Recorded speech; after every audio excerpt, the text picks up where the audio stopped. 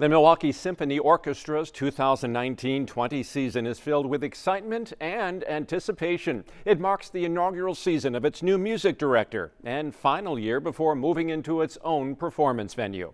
Our Sunday morning spotlight looks at the progress being made on the future Milwaukee Symphony Center and a conversation with the maestro who will guide the MSO into its new home. Just a few blocks from where construction crews and craftsmen and women are restoring a Depression-era movie palace to its original luster.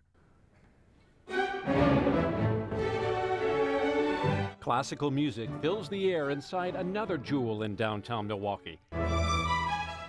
The Pabst Theater is where the Milwaukee Symphony Orchestra performed during the ensemble's early years in the 1960s.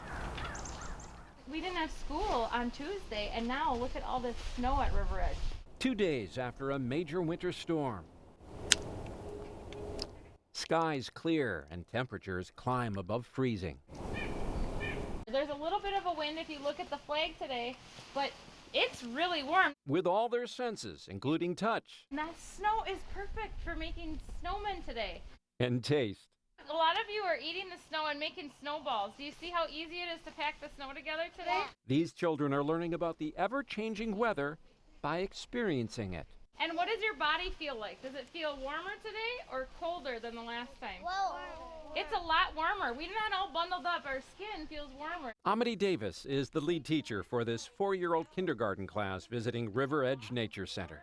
When they're outside, they just get to experience everything around them, and it really initiates inquiry-based learning. Up there!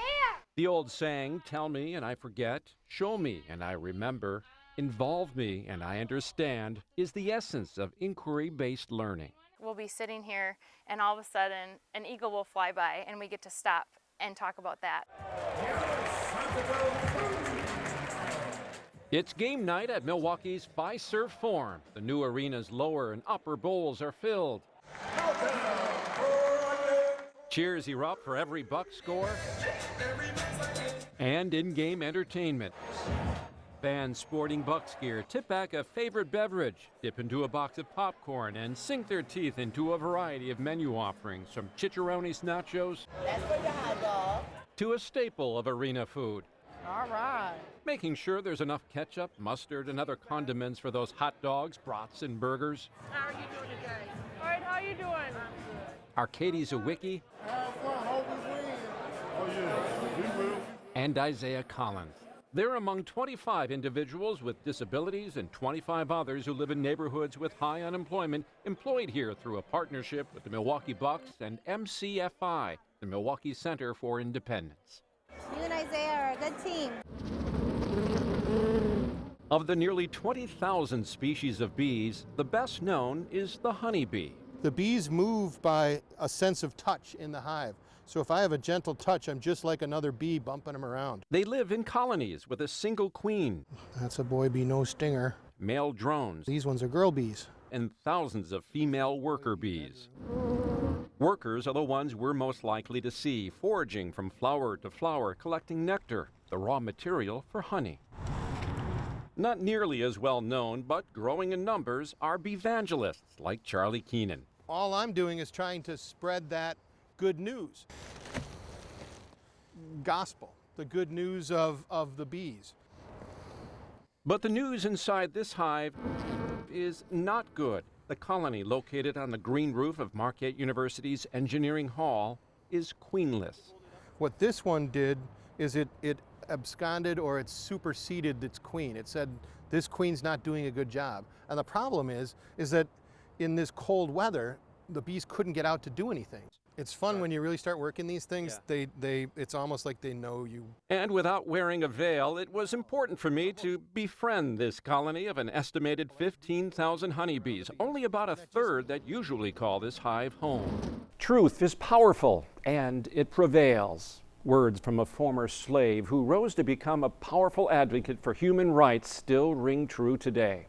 Sojourner Truth inspired countless individuals, including a local woman who herself has helped thousands of abuse victims discover the power to change their lives. Our Sunday morning spotlight is shining on the longtime shelter director of Sojourner Family Peace Center, Dolly Grimes Johnson.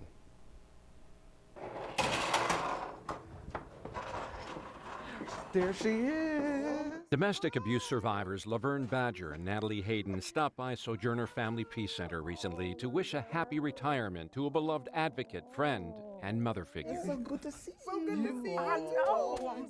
Dolly Grimes Johnson was a warm and welcoming presence when these women were struggling to escape abusive relationships. Laverne was a young mother of 4. There was something about this woman that she filled a void at a time where I was most vulnerable. Jazz bassist Gerald Cannon plays not only with heart and soul, I'm Gerald Cannon. Thank you very, very much. he plays with gratitude. I'm blessed to be able to do this. And I think gratitude has a lot to do with me getting where I'm at.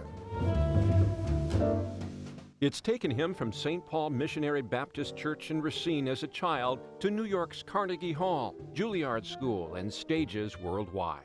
There's a lot of faces here that I owe big thank yous to. It's a pull of strings. I was like, yeah, but Manty, look, I got blisters. I don't care, pull the strings.